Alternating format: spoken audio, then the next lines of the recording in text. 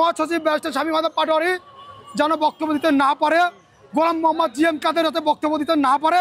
আরে উদ্দেশ্য ছিল এটাই, সবচেয়ে বড় উদ্দেশ্য দেখার জন্য এই হামলা, যাতে আমরা কোনো মিটিং মিছিল পথসভা জনসভা করতে না পারি এবং আমাদেরকে আমাদের এই নির্বাচন থেকে বাইরে রাখার জন্যই বড় হামলা, এই কারণে হামলা করা হয়েছে।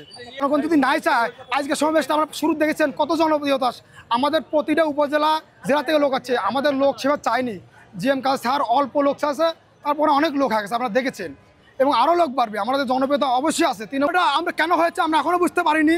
হঠাৎ করে হামলা, কিন্তু হামলাটার পরিকল্পনা করে শুধু মহাসচিবের বক্তব্য কেন্দ্র করে এবং জাতীয় পার্টির চেয়ারম্যানের বক্তব্য কেন্দ্র করেই এই হামলাটা হয়েছে।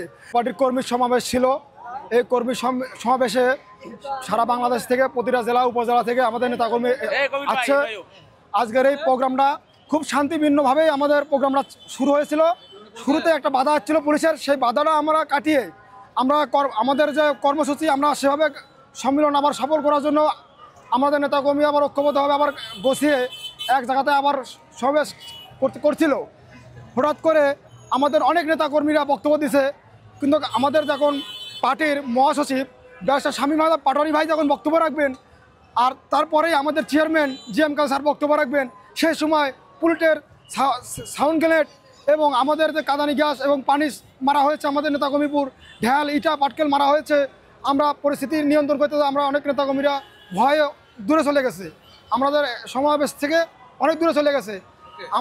এটা হচ্ছে ইউনূস সরকারের পরিকল্পনা, আর এটা করেছে গণ অধিকার পরিষদ। আজ কোনো হামলা করে নাই, এনসিপি করে নাই, আজকে হামলা করেছে ইউনূসের পুলিশ বাহিনী। আমরা এর প্রতিবাদ জানাই, আমরা তার তীব্র নিন্দা জানাই।